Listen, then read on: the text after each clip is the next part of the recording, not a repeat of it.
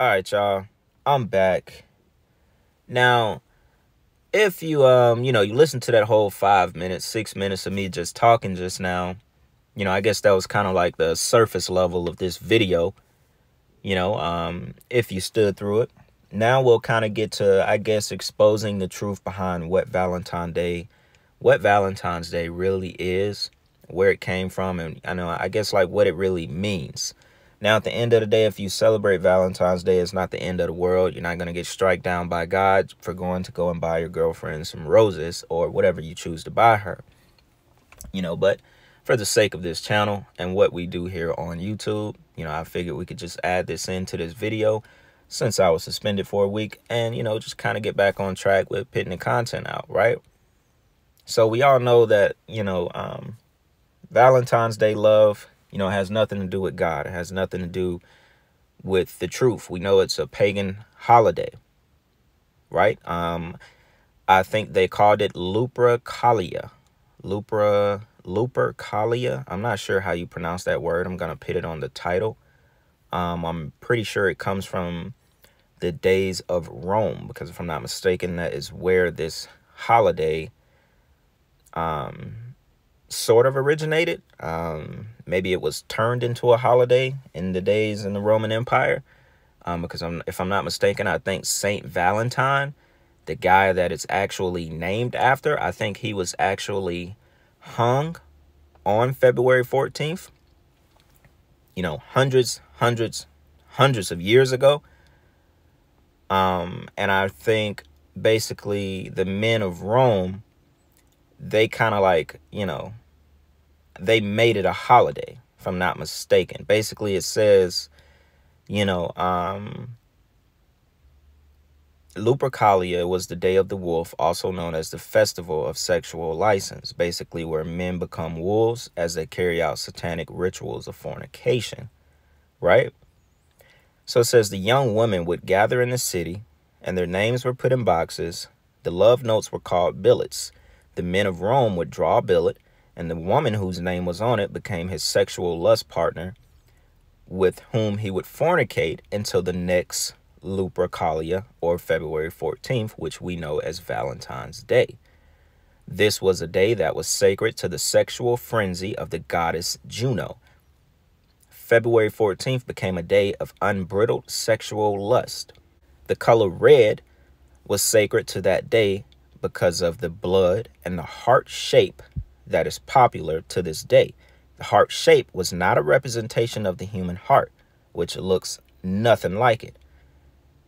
The shape actually represents the human female matrix, or opening to the chamber of sacred copulation.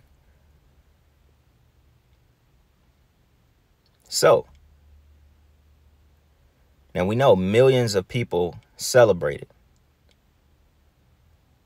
and they believe it to just be a holiday of love. Obviously, people don't go and decide to look at what these holidays actually represent and where did they come from. People probably know the most about Thanksgiving and Christmas, but no one really looks into what Valentine's Day is and where it actually came from. Most people, they just never question it. They never decide to question it. And y'all already know how we do on this channel. It's good to just know the truth behind these things. That's why I say it's not the end of the day. God isn't looking at you and just like, I despise you for celebrating this. But it's just good to know, It says in the days of the Roman Empire, the month of February was the last and shortest month of the year. February originally had 30 days, but when Julius Caesar named the month of July after himself, he decided to make that month longer and shorten February to 29 days while making July a month of 31 days. Later, when Octavius Caesar, also known as Augustus, came to power, he named the month of August after himself. And not be outdone, he also subtracted a day from February and gave the month of August 31 days. To this very day, it remains that way. So that is kind of giving us insight on how the month of February was made and how the 14th ended up becoming Valentine's Day. The ancient Romans believed that every month had a spirit that gained in strength and reached its peak or apex of power in the middle, or basically in the middle of the month. This was usually the 15th day, and it was a day when witches and augurs, I don't know what that is. I'm assuming some kind of witch, or whatever. I'm reading this from an article, y'all. So it was a day where witches basically worked their magic, right? And augur, oh, answer my question, was a person filled with the spirit of divination. And from the word augur, if I'm saying that right, we get the word inaugurate, which means to take omens. So since February had been robbed by Caesars and had only 28 days, February, in the month of February, basically the middle of the month became the 14th day of the month.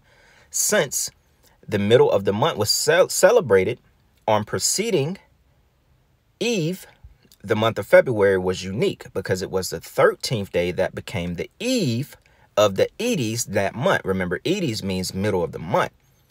And it became a very important pagan holiday in the Empire of Rome. The sacred day of February 14th was called Lupercalia, or Day of the Wolf. This was a day that was sacred to the sexual frenzy of the goddess Juno, as I said earlier in the video. Remember, Lupercal or Lupercalia is Valentine's Day. That's what it was called in the days of the Roman men, the Roman Empire, right? So, what it says, on this day, Valentine's Day, Lupercalia, which was later named Valentine's Day, the Luperci, or priest of Lupercus, dressed in goat skins for a bloody ceremony.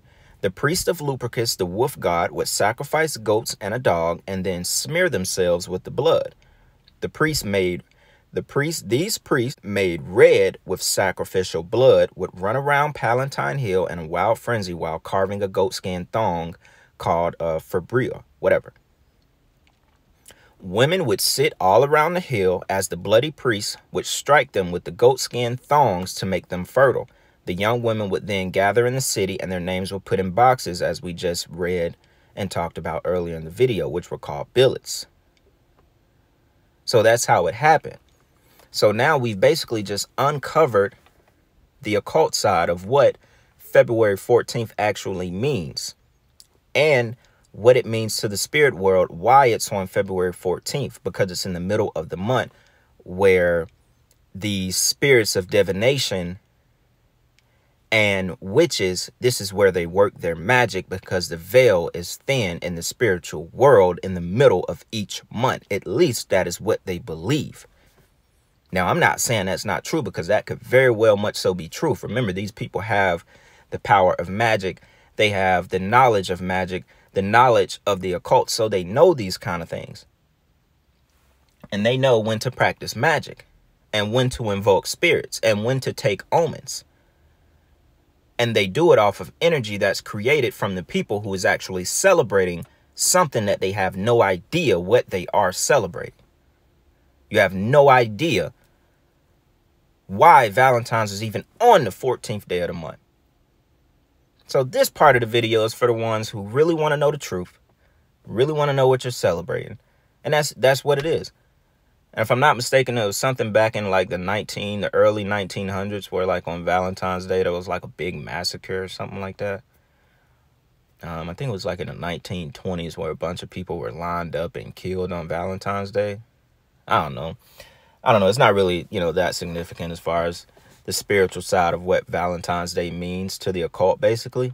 But I guess it was worth mentioning, So I could go on and on a little bit more with this video, but I think we've got to the juice of it and what it actually means.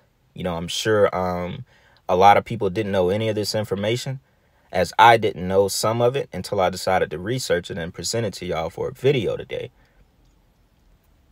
So y'all already know what's going on, man. Like I said, I wasn't doing this video just to spoil your Valentine's Day or anything like that, but that's what this channel is. We expose the truth behind things, and especially holidays that people, they don't know what they're celebrating. So I felt it was definitely worth to do a video on. And yeah.